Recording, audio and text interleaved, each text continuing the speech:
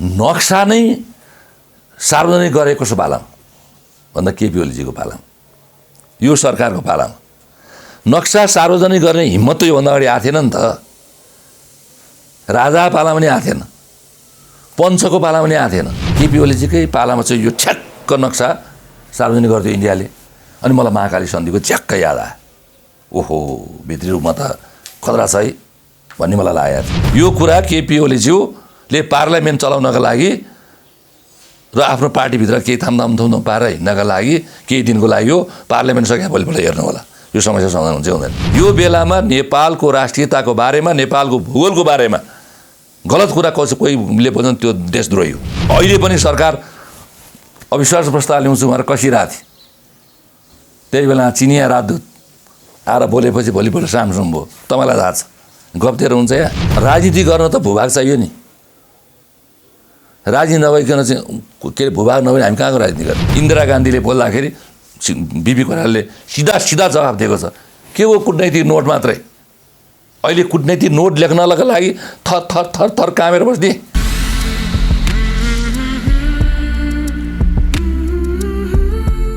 अहिले भर्खरै चाहिँ नीति तथा कार्यक्रम आछ, यसमा तपाईँको धारणा चाहिँ के छ?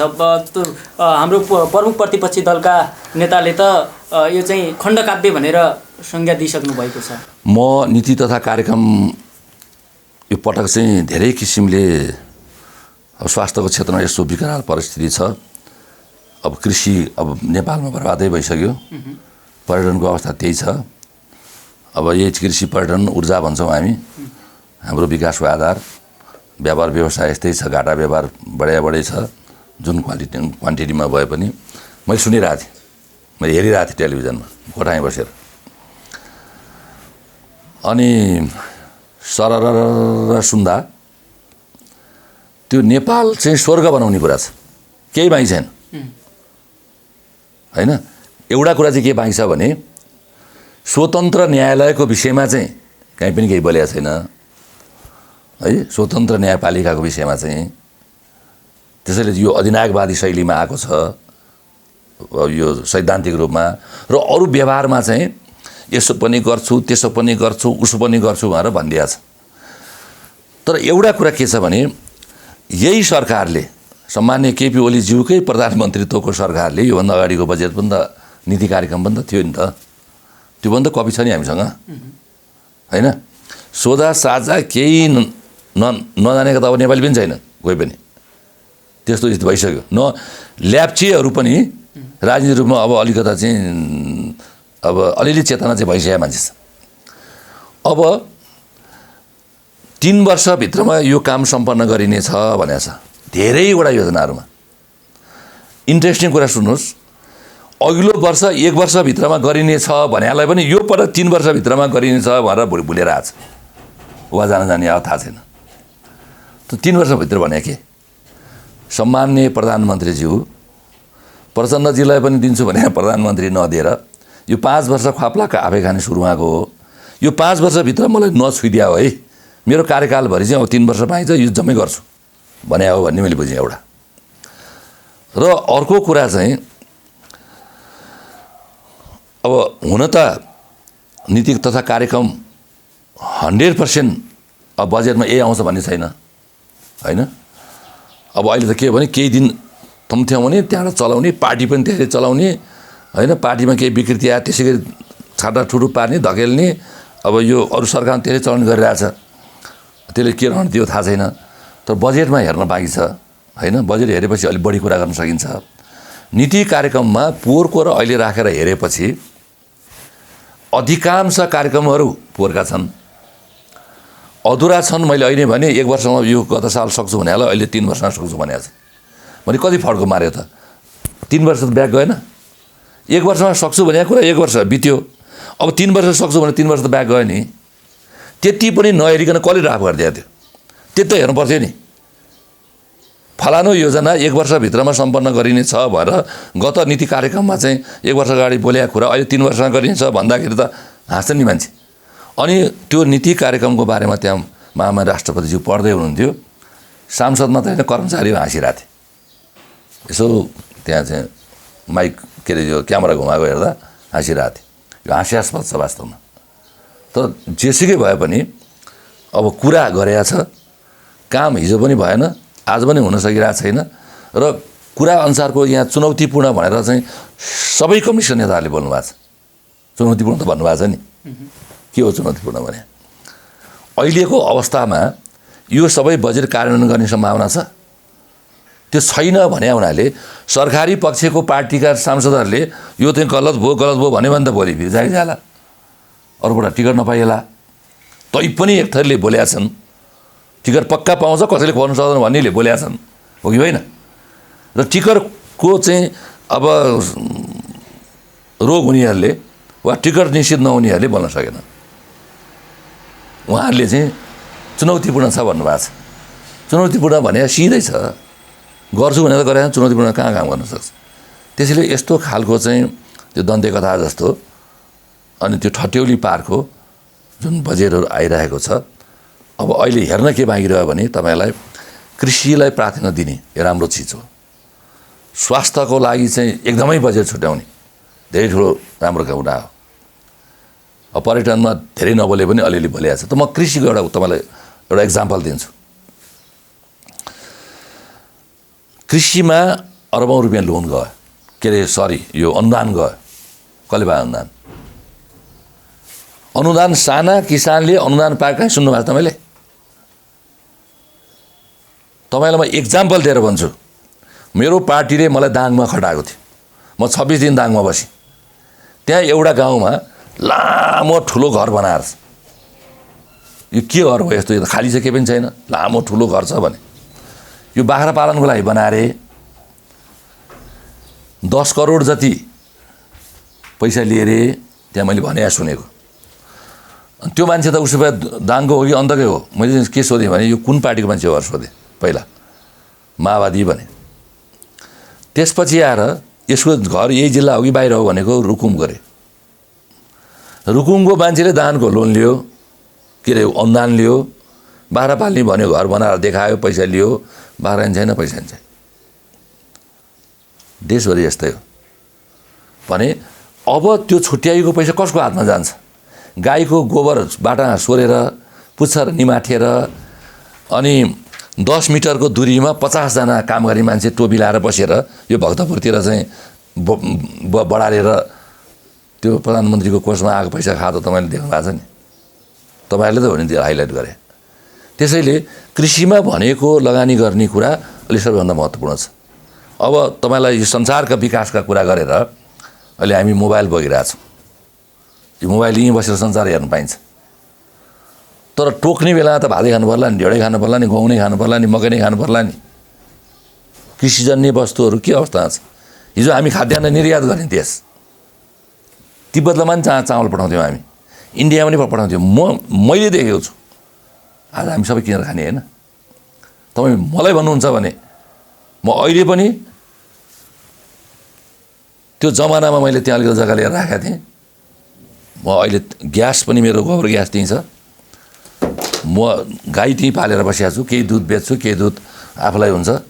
अर्ग्यानिक भेजिटेबल हाम्रै उत्पादन छ। लोकल कुखुरा पालेर बसेको छु। गाउँमा पनि अहिले गाउँमा खेतीपातीमा गाईबस्तु पालै छोडेँ। अहिले पनि मेरो 2-3 जर्सी गाई गाउँमा पालेर राखेको छ। मेरा मान्छेहरू म गएको बेला नियमित काममा खट्छु, कृषिको काममा।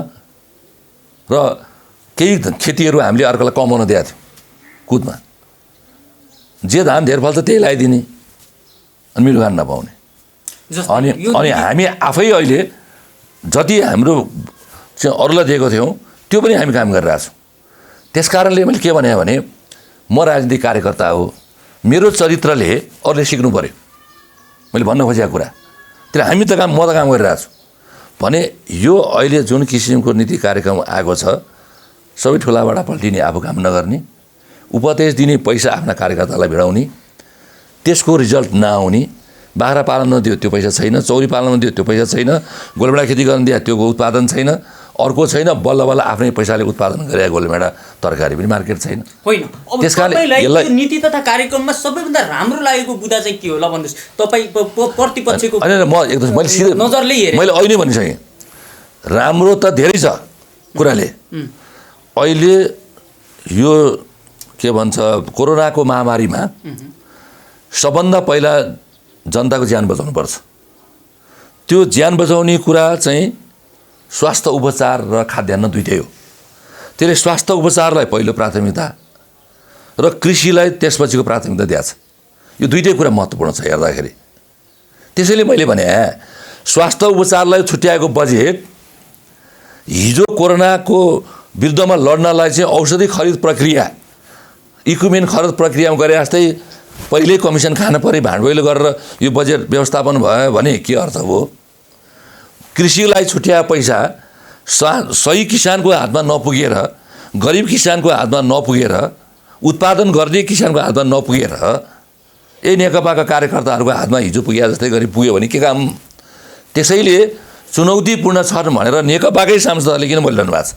उहाँले नै देख्नु भएको छ नि त। अब यसमा अर्को कुरा, त्यसकारणले कार्यान्वयन रुपियाँ धुरा र कालापानीको समस्यालाई समाधान गर्छौँ, अब नेपाली भूमि नेपालमै फर्काउँछौँ भन्ने खालको एउटा चाहिँ आएको छ। त्यसको चाहिँ अहिले चर्चा परिचर्चा र बहस भइरहेको छ। यो हेर्नुहोस्, यो धेरै राम्रो। आज नेपाली जनतालाई हेर्नुहुन्छ भने हिजो भारतले चाहिँ नाकाबन्दी गर्दा केही सर्टेन ग्रुपहरू कुरा छोडिदिनुहोस्, कोबाट परिचालनमा अब सबैलाई थाहा छ। होइन भने साधारण नेपाली जनताले समेत बरु हामी भोको बस्छौँ लड नाकाबन्दीको विरुद्धमा भनेको थियो थिएन? त्यो नेपालीहरू र आज सबभन्दा पहिला त नेपाली हुन त हाम्रो भूभाग चाहियो नि, राजनीति गर्न त भूभाग चाहियो नि। राजनीति नभइकन चाहिँ के भूभाग नभए हामी कहाँको राजनीति गर्ने होइन? त्यस कारणले यो भूभाग जोगाउने कुरा सबैभन्दा महत्त्वपूर्ण कुरा हो। र कुरा गऱ्यो भने के भन्छ, यो भूभाग अस्ति उसले के भनिदिनु भयो भने परराष्ट्र मन्त्रीज्यूले यो विगतका शासकहरूले गरेको गल्तीको कारणले यो हामी फोहोर छोड्दैछौँ भन्नुभयो उहाँले। निश्चित रूपमा यो सीमा समस्याका कुराहरू धेरै पहिलादेखि नै उठेको हो है। यो इन्डियापट्टि मात्रै होइन, चीनमा पनि उठेको थियो नि त। चीनको माओसेतुङ र चाउएनलाईले सगरमाथा हाम्रो हो भनेर चाहिँ न्युज प्रसारण गर्न थालेपछि तत्कालीन प्रधानमन्त्री नेपाली काङ्ग्रेसका संस्थापक नेता विश्वेश्वर प्रसाद कोइराला चाइना जानुभयो। चाइना गएर उहाँले सिधै कुरा गर्नुभयो त्यहाँको राष्ट्राध्यक्षसँग, प्रधानमन्त्रीसँग। उहाँले यो हाम्रो हो तपाईँहरूको होइन भनेर चाहिँ उहाँले भन्नुभयो, हाम्रो नक्सा बोकेर जानु।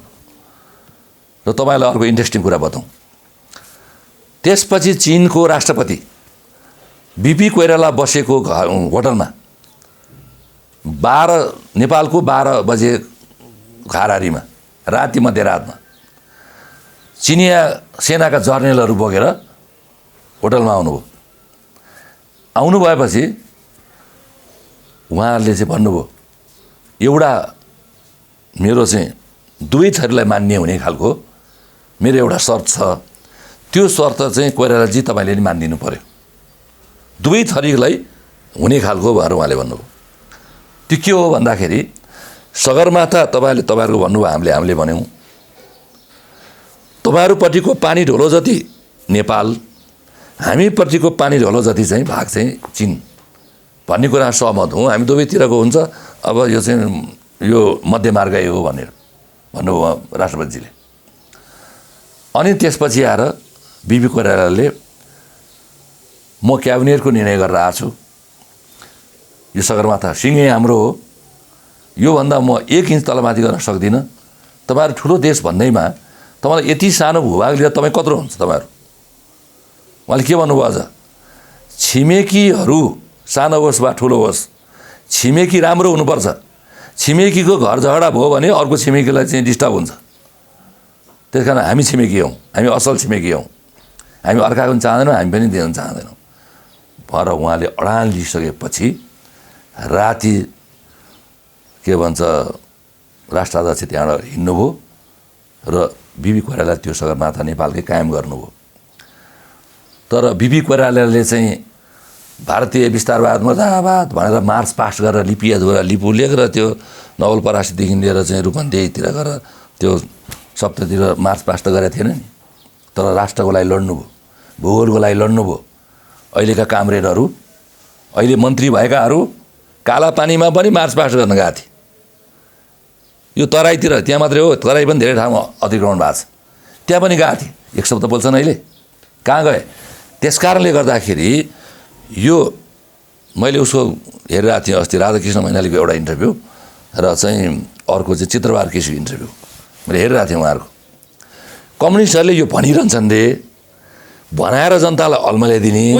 सुन्नुहोस् न, मलाई भन्नु, म भन्दैछु, म आउँछु त्यहाँ। यो कम्युनिस्टहरूले भनिदिइरहन्छन् रे शासकहरूले, अनि जनतालाई अल्मल्याउँछन् रे, आफ्नो काम गरिरहन्छन्। सत्तामा कति लम्बाउन खोज्ने हो, चाकरी गरेर भए पनि दिएर भए पनि यिनीहरू सत्तामा बस्न खोज्छन्। तर यिनीहरूको गफ एउटा हुन्छ, काम एउटा हुन्छ भन्दा उहाँले भन्नुहुन्थ्यो। र म अब यहीँ अब केपी ओलीज्यू कहीँ गएँ, सुन्नुहोस्, महाकाली सन्धि कसो पाला भए? केपी ओलीजीको पाला भए होइन?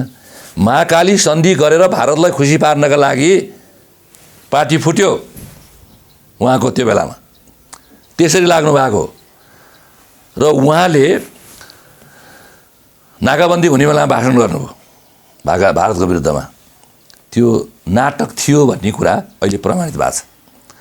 डाक्टर भीमार्जुन आचार्य उहाँ जिउँदै हुनुहुन्छ, सिनियर लयर। उहाँले एउटा इन्टरभ्यूमा त्यो बेला के भन्नुभएको थियो भने केपी ओलीजीकै रिक्वेस्टमा, अप्रत्यक्ष रिक्वेस्टमा भारतले नाकाबन्दी गरे हो, पोलिटिकल यो चाहिँ बेनिफिटको लागि। त्यो कुरा जनताले बुझ्नुपर्छ भन्नुभएको थियो। चुनावको बेला थियो, त्यो मुक्ति चुनाव अगाडि थियो। अनि त्यही राष्ट्रवादको नारा लिएर चुनाव जिताउनु भयो।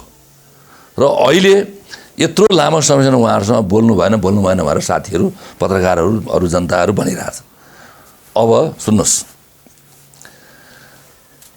पहिलादेखिको यो किचलो त थियो। नक्सा नै सार्वजनिक गरे कसो पालामा भन्दा केपी ओलीजीको पालामा, यो सरकारको पालामा नक्सा सार्वजनिक गर्ने हिम्मत त योभन्दा अगाडि आएको थिएन नि त। राजा पालामा पनि आएको थिएन, पञ्चको पालामा पनि आएको थिएन, काङ्ग्रेसको पालामा पनि आएको थिएन। त्यति मात्र होइन, माधव नेपालजी, भट्टराईजी र चाहिँ प्रचण्डजीहरूको पालामा पनि, अरू झलनाथजीको पालामा पनि आएन। केपी ओलीजीकै पालामा चाहिँ यो ठ्याक्क नक्सा सार्वजनिक गरिदियो इन्डियाले। अनि मलाई महाकाली सन्धिको च्याक्क याद आयो। ओहो, भित्री रूपमा त खतरा छ है भन्ने मलाई लागेको थियो। र अब उहाँकै पालालाई उपयुक्त समय भारतले किन ठान्यो, नम्बर 1। र त्यसपछि आएर अब मैले अहिले भने देशको भूभागकै पुरा गरेपछि सहसचिवले गफर हुन्छ, उपसचिवले गफर हुन्छ, सहसचिव सरको राजदूतले गफर हुन्छ। भलै कतिपय राजदूतहरू त्यो चाहिँ त्यो निजी स्वार्थको कारणले प्रधानमन्त्री भए मान्छे नै राजदूत भएको छ, मातृका परिषद भए होइन, मन्त्री भए नै भएको छ। तर हाम्रो सहसचिव राजदूत हुने हो नि त, सहसचिव पनि त भएको छैन छ नि त। त्यस कारणले त्योलाई पठाएर हुन्छ। अनि परराष्ट्र मन्त्रीले भन्दा हुन्छ, प्रधानमन्त्री खोइ लाग्यो। म भन्दैछु भने त्यो सुन्नुहोस् न भने त्यसपछि आएर सारा यो कुरा त पार्लियामेन्ट चलाउनको लागि गरे हो। सुनिराख्नुहोस् तपाईँ, यो कुरा केपी ओलीज्यूले पार्लियामेन्ट चलाउनका लागि र आफ्नो पार्टीभित्र केही थामथुम पारेर हिँड्नका लागि केही दिनको लागि हो। पार्लियामेन्ट सके भोलिपल्ट हेर्नु होला यो समस्या समाधान हुन्छ हुँदैन। त्यसपछि आएर अब फेरि नक्सा नेपालको भूभाग हालिदिएर मात्रै पुगेन, बाटो उद्घाटन पनि कसले? यातायात मन्त्री त होइन, निर्माण मन्त्री त होइन, बाटो बनाउने मन्त्री त होइन नि, रक्षा मन्त्रीले। त्यो पनि को राखेर? जर्नलहरू, आर्मीका चिफहरू राखेर। अनि त्यतिले नपुगेर त्यहाँको सैन्य कमान्डर भइखाएकोले कसैको इसारामा चाहिँ गरे भनेर वक्तव्य दिने, यो नेपाललाई धम्क्याएको। त्यसकारण उहाँले हिजो बोल्नु भएको छ, कार्यान्वयन गर्नुहोस्। यो देशका सबै राजनीतिक दललाई एक ढिक्का भएर उहाँलाई सहयोग गरेका छन्। यो केसमा गर्नु जरुरी पनि छ, आवश्यकता पनि हो, कर्तव्य पनि हो। एक ढिक्का भन्ने पार्टी सार्टी मात्रै होइन, यो देशका सिङ्गो जनताले त्यही चाहेका छन्। र यो फिर्ता लिनका लागि जसरी बिपी कोइराला चीनमा गएर माउसेतुङ र चाउ एनलाईसँग चाहिँ प्रतिवाद गरेर सगरमाथाको शिर अहिलेसम्म ठडाएर राखेको छ नेपालको नाउँमा, सगरमाथा हाम्रो भनेर काम गरेको छ। त्यो काम गर्न सक्नुहोस्। केपी ओलीजी तारिफको पात्र हुनुहुन्छ, प्रधानमन्त्रीलाई सबले सम्मान गर्नेछन्। उहाँले आजभन्दा अगाडि गरे केही पापहरू पनि मोचन हुन्छ। यो गफ मात्रै हो। तपाईँ हेर्नु होला, यो पार्लियामेन्ट चलेपछि त्यहाँ पार्लियामेन्टमा बोल्ने पनि हराउँछ। सबै घर जाऊ। अब यो एउटा आर्टिकल पढाएको थिएँ मैले, यो सत्ता चाहिँ यो लकडाउनले पनि सत्ता जोगाउन सजिलो भएको छ भनेर। जनता विरोधमा ओर्लिन खोज्छन्, विरोध गर्न पाउनु छैन, सडकमा आउनु पाउनु छैन, कुटै ठडाइहाल्छन्। उहाँ ऊ दुध किन्न गएको बुढालाई शुद्ध ठडाएर चाहिँ उहाँ खुट्टा भाँचेर राखेको छ, देखिहाल्नु भएको छ। त्यस कारणले गर्दाखेरि यो उहाँले हिजो बोल्नु भएको कुरा यो सरकारको नीति कार्यक्रम जस्तै हो र यो कार्यान्वयन भयो भने मात्रै होइन, यो कार्यान्वयन गर्न उहाँको नेतृत्वमा फ्रन्ट लाइनमा उहाँ कसिने हो, सब हामीले साथ दिने हो। को नेपाली छ आफ्नो भूभाग आफ्नो होइन भन्ने त एक दुईजना अहिले पार्लियामेन्टमा बोलेर काँडा तार लाउन हुँदैन अथवा यसो गर्न हुँदैन भने कसैले बकवास गरिरहेछ। काँडा तार लाउने भन्ने बित्तिकै जम्मै बन्द हुन्छ? निश्चित ठाउँमा त खुल्ला भइहाल्छ नि। सुरक्षा प्रबन्ध मिलाएर ठाउँ ठाउँमा खुल्ला त भइहाल्छ नि। हावा छिर्नलाई त आँखी झ्यालमा त पाल पारिरहेको हुन्छ, त्यो बाटो मान्छे हिँड्नु पर्दैन, त्यहाँ हावा आउनु त पाल पारिरहेको हुन्छ होइन, व्यवस्था हुन्छ नि। त्यसकारण यो बेलामा कसैको दलीय स्वार्थ कुरा काङ्ग्रेसको नि हुनु हुँदैन, कसैको हुनु हुँदैन, मधेस केन्द्रीय दलहरू लाग्नु हुँदैन। यो बेलामा नेपालको राष्ट्रियताको बारेमा, नेपालको भूगोलको बारेमा गलत कुरा कोहीले भन्छन् त्यो देशद्रोही हो र हामी सबै सहयोग गर्छौँ। तर उहाँले चित्रबहादुर केसीले भने जस्तो राति एउटा कुरा दिउँसो एउटा कुरा गर्ने होइन।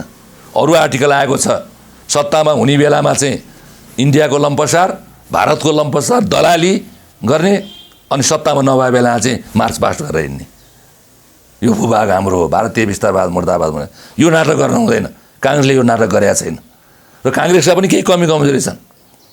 जस्तो तपाईँ भन्नु होला नाकाबन्दी गर्ने बेलामा चाहिँ काङ्ग्रेस जुन तरिकाले उर्लिनु पर्थ्यो उर्लेन भन्ने विषयमा त कुरा गर्नु होला। हामीले मलाई सोध्नुहुन्छ भने भारतले गरेको नाकाबन्दी यो चाहिँ अप्रत्यक्ष मात्रै होइन, यो प्रत्यक्ष हो, नियत अनुसार नियत बस हो भनेर मैले बोलेको थिएँ। मैले सधैँभरि र म अहिले पनि भन्छु, हेपेको हो, थर्काएको हो, तर्साएको हो र यो सरकार आफ्नो अनुकूल भएको कारणले गरे हो। किनभने यो सरकार निर्माण हुने बेलामा प्रचण्डजी एमालेसँग नमिल्ने कुरा गरिसकेका थिए। खेलोमेलो के भयो नेपालमा र सरकार कसरी घोषणा भयो भोलिपल्ट तपाईँहरू सबैलाई थाहा छ। र अहिले पनि सरकार अविश्वास प्रस्ताव ल्याउँछु भनेर कसिरहेको थिए। त्यही बेला चिनिया राजदूत आएर बोलेपछि भोलिपल्ट सामसुम भयो, तपाईँलाई थाहा छ। गफ्तेर हुन्छ यहाँ। त्यसकारण कोही पनि पार्टीहरू यतिखेर कसैको सत्ताको कुरालाई लिएर वा राजनीतिक कुरालाई लिएर वा कसैसँग आफ्नो सम्बन्ध राम्रो होला त त्यो राम्रो सम्बन्ध यो भूभागसँग साट्न पाइँदैन। चाहे त्यो जसुकै होस्, नेपालको भूभाग वा नेपालको जमिन, नेपालको राष्ट्रियता कसैको सत्ता पद लम्ब्याउने र टिकाउने प्राप्ति गर्नेका लागि यो खेलोमेलो हुन सक्दैन।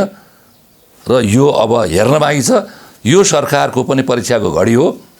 यसकै पालामा सीमा के अरे यो चाहिँ भूगोल, हाम्रो भूगोल उनीहरूको नक्सामा हाल्ने, उसकै पालामा बाटो उद्घाटन गर्ने, सेना दायाँ बायाँ राखेर सेनालाई धम्क्याउन लाउने, यसरी कसैले धम्क्याएको छैन।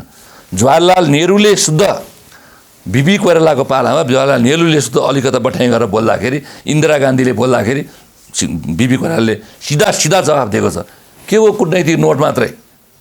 अहिले कुटनैतिक नोट लेख्नका लागि थर थर थर थर कामेर बस्ने, त्यो नोट मात्रै आफू उपस्थित भएर भाषण गरेर भारतले चाहिँ पार्लियामेन्टमा मागेको छ कुनै बेला बिपी कोइरालाको कारणले। त्यो हैसियत दम राख्नु पऱ्यो नि। ठुला कुरा गरेर हुन्छ र हामी जे सहयोग गर्न तयार छौँ। त्यसो भने जहाँ जाँदै अब प्रमुख प्रतिपक्षी दल नेपाली कङ्ग्रेसले प्रतिपक्षीको भूमिका खेल्नै सकेन भन्ने आरोप छ नि।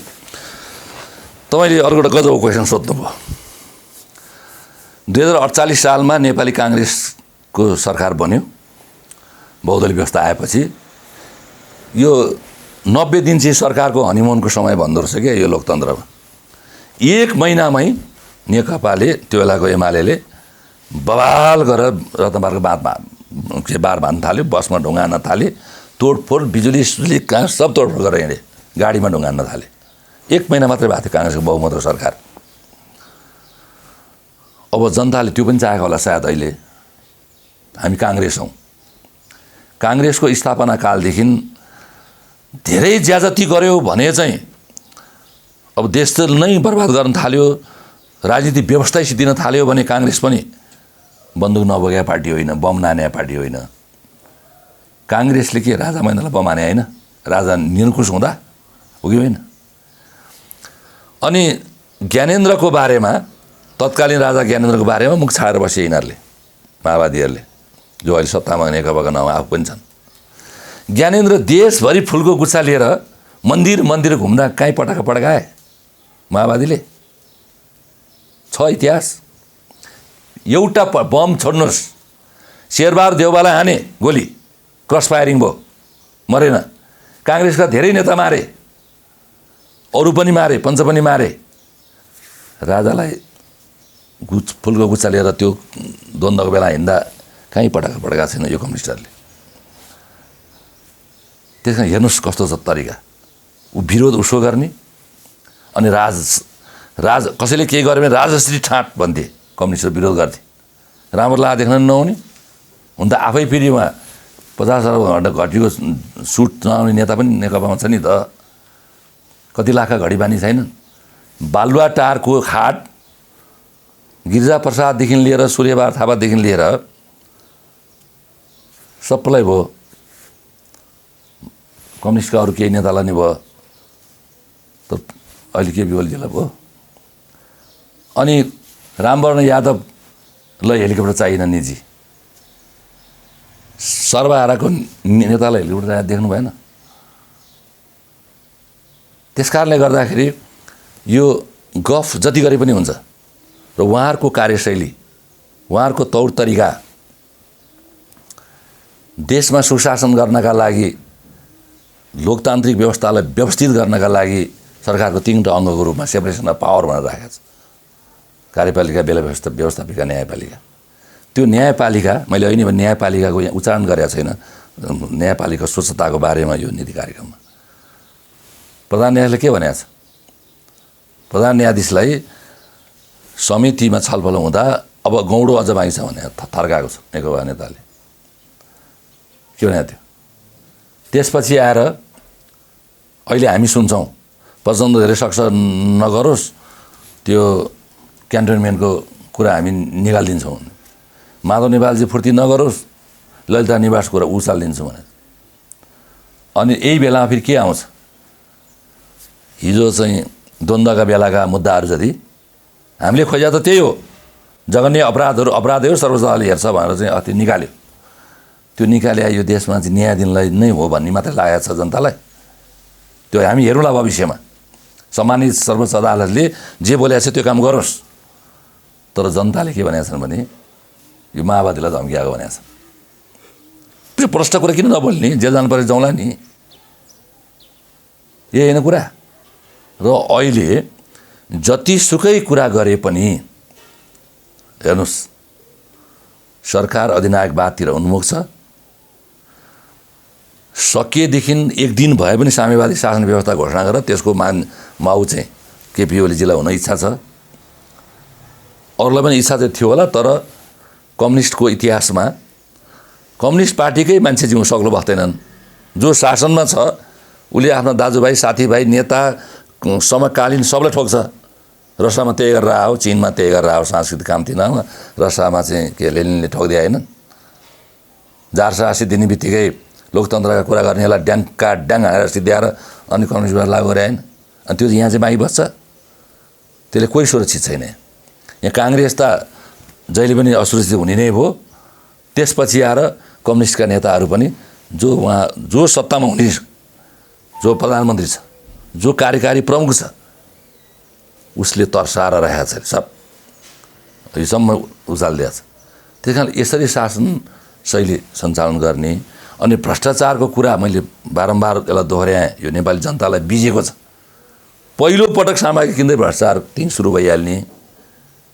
अब वाइट बडीमा त्यत्रो भइरहेछ, यहाँ भएको छैन भन्ने नि, प्रधानमन्त्री सिधै बोलिदिने, अख्तियारमा लानै नपाउने, सांसदलाई नै अपहरण गराउन प्रधानमन्त्री आफै निर्देशन दिने। मलाई सिधा कुरा र भएको कुरा भन्नलाई मलाई आजसम्म त्यो डर भन्ने शब्द चाहिँ शब्दकोशमा छ जस्तो मलाई लाग्दैन। केपी ओलीजीको निर्देशनमा दुईटा बालवाला सांसद र पूर्व आइजिबीलाई पठाएको, पार्टी फुटाउनका लागि अध्यादेश जारी गरे। पार्टीमा पनि सरकारमा पनि 40% चाहिने संविधान चाहिँ हामीले बनाउने, हामी सबै मिलेर बनाएन। केपी ओलीजीको हस्ताक्षर छैन त्यहाँ, अथवा नेकपाको नेताहरूको हस्ताक्षर छैन, सांसदको हस्ताक्षर छैन, म पनि हस्ताक्षरकर्तामध्ये एकजना हुँ। हामी संविधान बनाउने, संविधानको मूल मर्मलाई नै ठोक्रिएर अध्यादेश ल्याउने के रहेछ त्यो। अनि प्रमुख प्रतिपक्षी दलको भूमिकै काहीँ नराख्ने गरी अनि विधेयक ल्याउने। त्यस कारणले प्रतिपक्षको भूमिका भने के? डेमोक्रेसीमा, लोकतान्त्रिक शासन व्यवस्थामा स्याडो क्याबिनेटको रूपमा हेर्छ प्रतिपक्षीहरूलाई। वाचडग हो नि एक किसिमको, होइन? उसलाई सिध्याइदिने, आफ्ना विरोध गर्नेहरू कोही हुनु नहुने, जय जयकार भजन गाउने मात्रै चाहिने। जय जयकार र भजन मात्रै गाएर त्यहाँ चाहिँ राम्रो काम गरेन भने कसले हेरिदिने?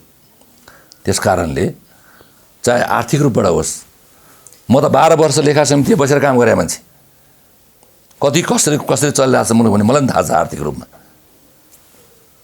सार्वजनिक खरिद ऐनलाई सिधै लाद हानेर अर्बौं रुपियाँको चाहिँ ठेक्का प्रधानमन्त्रीलाई चाहे मान्छेलाई बाँडिदिने, अनि त्यही संशोधन गर्न हिँड्ने विरोध आएर भएर आर्थिक अनुशासनहीनताको पराकाष्ठ कति पुगेको छ? राजनीतिक अधिनायकवादको कुरा कहाँसम्म पुगिरहेछ? यो बेलामा कोरोना महामारी र सीमाको यो अवस्था त छँदैछ। त्यसपछि आज संसारभरिको यो फैलिएको कोरोनाको कारणले संसारका धनीमानी भन्ने देशहरू अल्पत्र पर्न लागिसके। हाम्रो के हालत छ? र हाम्रो यो पछिको हाम्रो के हो त कार्यक्रम? अब भारतमा मात्रै कति लाख मान्छे छन् भनेर यहाँ रिपोर्ट आइरहेछ। लाखौँ लाख भारतमा छ, खाडीमा लाखौँ लाख छ, बाहिरतिर मात्रै 40-50 लाख मान्छेहरू यहाँ नेपाल आउँदैछ भनिरहेछ। उनीहरूलाई दिने काम के हो? हिजो त रेमिट्यान्सबाट त सरकार चलाउन हामी सबैलाई सजिलै भएको थियो, चाहे काङ्ग्रेस होस्, चाहे कम्युनिस्ट होस्, चाहे जोसुकै होस्। रेमिट्यान्सबाट आएको पैसाले यहाँ धेरै ठेकेको थियो।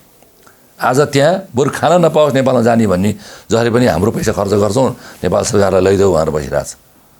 सरकारले त्यसलाई उचित कार्यक्रम सुरुदेखि नै वास्तै गरिरहेको छैन। हिजो त के वक्तव्य आउँछ भने फलानु देशले 200 मान्छे लगे जस्तो हो, देशको देशले 300 मान्छे लगे जस्तो हो, फलानाले 150 मान्छे लगे जस्तो हो, फलाना देशले, यहाँ त हाम्रो लाखौँ लाख छन् भनिदिनु हो। त्यो गैर जिम्मेवार कुरा। त्यो कुरा हो रहेछ भने पनि देशको अभिभावकले भन्न पाइँदैन। आज विदेशमा बसेर छटपटिएका नेपालीहरू प्रधानमन्त्रीले हामी ल्याउन सक्दैनौँ भनेर बोलिसके के हुन्छ? त्यो मनोबल भन्छ नि, लडाइँ लड्ने बेलामा उच्च मनोबलका साथ लड्ने र कमजोर मनोबलले लड्ने फरक हुन्छ। मैले भने तपाईँलाई अघि नै, सावित्री तिमिल सिन्हा चालिसेको श्रीमान, मैले फोन गर्ने बेलामा उनको मनस्थिति फरक थियो। तपाईँको बच्चाको सबै जिम्मा म लिन्छु भनेर फोन गर्ने बित्तिकै हस् दाइ, हस् दाइ, हस् दाइ, धन्यवाद दाइ भनेर उहाँले भन्नुभयो, खुसी हुनुभयो। अब मेरो जीवन अलिक सहीसँग चल्ला कि भन्ने भयो। ठुला कुरा नगरौँ न, अहिले यो लकडाउनको कारणले मजदुरहरू खान नपाएर बसिरहेछन्। हिजो पनि हामीले 15-16 जनालाई त्यहाँ व्यवस्था गरायौँ। अब अहिले मेरो अहिले फोन उठायो, दिनभरि यही चल्छ। साथीहरूलाई उता पठाए, कुन भेगमा को साथी छ अलिअलि सक्ने हेरिदेऊ भन्यो। हामी त्यही काम गरिरहेको छौँ बस यहाँ पनि, होइन? हाम्रो साथीहरू खटिरहनु भएको छ। भनेपछि लकडाउन 2 महिना भएको छैन, त्यसले त खाना लाउनु बन्द भइसक्यो। यो त लामो समय जान सक्छ। त्यस कारणले गर्दाखेरि यो स्थितिमा नेपाली जनता उनीहरूको सम्पत्तिको रेमिट्यान्सले चाहिँ सरकार चलाउने हामी, अनि हामीलाई यहाँ बाँच्न गाह्रो, हाम्रै भूभागमा मर्छौँ हामी, पैसा हामी खर्च गर्छौँ, त्यही भएर आछ नि त। मैले एउटा पत्रकारै पर्छ यहाँ, विश्व भन्ने कान्तिपुरको क्यामराम्यान, उहाँको पनि बाइट हेरेको थिएँ मैले टिभीमा। उहाँ अहिले कामवश गएको अमेरिकामा हुनुहुन्छ। अनि म नेपाल आउँछु, पैसा हामी खर्च गर्छु भन्दा नपाइने? व्यवस्थापन मात्रै गरिदियो भयो नि त। दुई थरीका नेपालीहरू छन् नेपाल आउन खोज्ने। एक थरी पैसा उनीहरूले व्यवस्था गर्छन्, खर्च व्यवस्था गर्छन्। हामीले यहाँ क्वारेन्टाइनमा शुद्ध हामी आफ्नो पैसा खर्च गर्छौँ भनेको छ। व्यवस्था केही नगर्ने, अनि हाँसेर उडाएर त्यो टुक्का उखान जोडे जस्तो गरे यो यति देशमा यति सय मान्छेको हात हो, यहाँ हाम्रो लाखौँ लाख छन्, यो सम्भवै छैन भनेर अभिभावकले बोलिदिएर हुन्छ। मैले मेरा छोराछोरीहरूलाई जे गरेर खान्छौ खा, म तिमीलाई भएर दिन भात खुवाउन सक्दिनँ, यहाँ सोध्न सक्दैन भन्नु पाइन्छ। मैले किन जन्माएँ मैले मेरो छोराछोरी, दायित्व छ नि त। त्यस कारणले यो गम्भीरता साथ लिएन सरकारले, चाहे कोरोनाको महामारीलाई होस्, चाहे देशको अर्थव्यवस्थाको कुरालाई होस्, चाहे लोकतान्त्रिक शासन पद्धतिको कुरालाई होस्, न्याय प्रणालीका कुरालाई होस्। यो चाहिँ ख्यालमा उडाउन लागेको हुनाले यो ख्यालमा चाहिँ देश बर्बाद हुन लागेको छ। यो अवस्थामा हामी चाहे चाहिँ यो कोरोनाको प्रकोपमा लड्ने कुरा होस्, चाहे सीमाको कुरामा लड्ने कुरा होस्, सबैले सरकारलाई साथ दिनुपर्छ। हामी सहयोग गर्छौँ, सरकारले ठिक कार्यक्रम लिएर अगाडि बढ्नुपर्छ र जनताको समस्यालाई सम्बोधन गर्ने खालको कार्यक्रम आउनुपर्छ र जहाँसम्म नीति कार्यक्रमले भोलि बजेटका कुरा हुन्छन्, यही विषयलाई नम्बर 1 तत्काल समस्या समाधान गर्दै भोलिको अर्थव्यवस्थालाई चलायमान गराउनको लागि हाम्रो भोलिको चाहिँ यो चाहिँ बजेट वक्तव्य त्यसरी आउनुपर्छ। त्यो स्थितिमा आउँदाखेरि केही तान धानेर अलिकति थ्याक्दै गयो भने त बिस्तार उक्सिँदिन आउँछ। तर सबभन्दा पहिला मान्छे बाँच्ने बचाउने काममा लाग्नु पर्यो। त्यसमा निष्पक्ष भएर, निष्कलङ्क भएर, पारदर्शी भएर, भ्रष्टाचारबाट दुङदुङ गनाउने गरी होइन, लाग्नु पर्यो। र आफूसँग जे छ मानवीय संवेदना आफूले पनि सहयोग गर्ने र राजनीतिक क्षेत्रबाट चाहिँ भन्नुहुन्छ भने म फेरि भन्छु, चाहे सामाजिक लिडरहरू होस्, चाहे राजनीतिक लिडरहरू होस्, चाहे पत्रकारहरू होस्, हामीले वातावरण बनाउने हो। त्यो वातावरण बनाउने कुरामा म पनि लागेको छु, म कसेर लागेको छु। म सुरु दिनदेखि र म अहिले पनि एउटा कुरा चाहिँ के निवेदन गर्छु तपाईँको मिडियाबाट भने लकडाउन आवश्यक छ, यो चाहिँ दूरी कायम गराउनका लागि, भिडभाड नगराउनका लागि। तर लकडाउन हुँदै गर्दा हामीले चाहिँ सडक मजदुरहरू वा ज्याला मजदुरी गरेर खानेहरूको अवस्था के हो, साना उद्योगपति व्यापारीहरू ठुला सबैको अब कसरी चल्छ बिस्तारै सरकारले के त्यसलाई राहत दिने हो। सरकारले 5 रुपियाँ राहत दिएर भोलि 500 फल्छ भने त्यहाँ दिनुपर्छ, फलाउनु पऱ्यो नि, होइन? त्यस कारण त्यो यो एउटा मात्रै क्षेत्र होइन, चाहे तपाईँ यो स्वास्थ्यको क्षेत्रमा भन्नुहोस्, चाहे कृषिको क्षेत्रमा भन्नुहोस्, चाहे चाहिँ उद्योगको क्षेत्रमा भन्नुहोस्, चाहे यो चाहिँ मजदुरीको क्षेत्रमा भन्नुहोस्, चाहे पर्यटनको क्षेत्र, जहाँ जुनसुकै क्षेत्र होस् हाम्रो व्यापार क्षेत्र, त्यो खालको नीति लिएर आएर काम गर्नेलाई सहजतापूर्ण वातावरण दिने, निचरेर मात्रै आउँछ भन्ने कुरामा लाग्ने होइन, छाडा पनि छोड्ने होइन। मैले अहिले भने जस्तो एक थरीको गाडी बिना स्कटिङ दिउँसो गुड्ने, एक थरीको गाडी रातभरि स्कटिङ गरेर पुलिसले ल्याउने होइन, सरकारले ल्याउने होइन। त्यो किसिमको चाहिँ वातावरण सिर्जना गर्दै गयौँ, हामी एक ढिका भयौँ भने अझै पनि नेपालको सङ्क्रमण नियन्त्रण गर्न सकिन्छ भन्ने कुरा चाहिँ विदेशतिरको अहिले मैले दिएको उदाहरणहरू त अलिअलि त हामीले पाठसिकेका छौँ नि त। यहाँ पैसाको अभाव होइन, म अहिले पनि भन्छु, फन्डमा पैसा छ मात्रै होइन, दिनले दिएको मात्रै छ होइन, हामीसँग भएको पैसा मैले फेरि दोहोऱ्याउन चाहेँ, गलत तरिकाले प्रयोग भएको पैसा र कतिपय हाम्रो चाहिँ प्रोजेक्टहरूमा त्यो चाहिँ त्यत्तिकै बसिरहेको छ पैसा, त्यो चलेको छैन। त्यसलाई रकमान्तर गरेर भए पनि जनताको स्वास्थ्य जीवधन बचाउँ, त्यसपछि देशको आर्थिक कार्यक्रम राम्रोसँग लिएर हिँडौँ। सरकारले मनपरी नगरोस्, विपक्षीहरूले पनि विपक्षीको भूमिका मात्र खेल्न जाने होइन, रचनात्मक रूपमा सहयोग गर्ने हो। त्यो कुरा गर्छु भनेर लगभग सबै पार्टीको प्रतिबद्धता आएको छ। मैले फेरि भने व्यक्तिगत रूपमा कोही छासा छुसुर गरेर देशको राष्ट्रियतामाथि धावा बोल्न थाल्यो भने तिनीहरू टुम्किन्छन्। हस् त, तपाईँले एकदम महत्त्वपूर्ण समय दिएर हामीलाई यहाँसम्म चाहिँ बोलिदिनु भयो, यसको लागि तपाईँको समय र संवादको लागि धेरै धेरै धन्यवाद। ल, मलाई पनि अहिले नेपालको यो जल्दो बल्दो विषयमा, त्यसमा पनि कोरोनाको महामारीको बारेमा र हाम्रो चाहिँ अब यो राष्ट्रियताका बारेमा, हाम्रा भूगोलको बारेमा मलाई आफ्ना धेरै कुराहरू राख्ने मौका दिनुभयो, त्यसका लागि म हार्दिक धन्यवाद दिन चाहन्छु। धन्यवाद।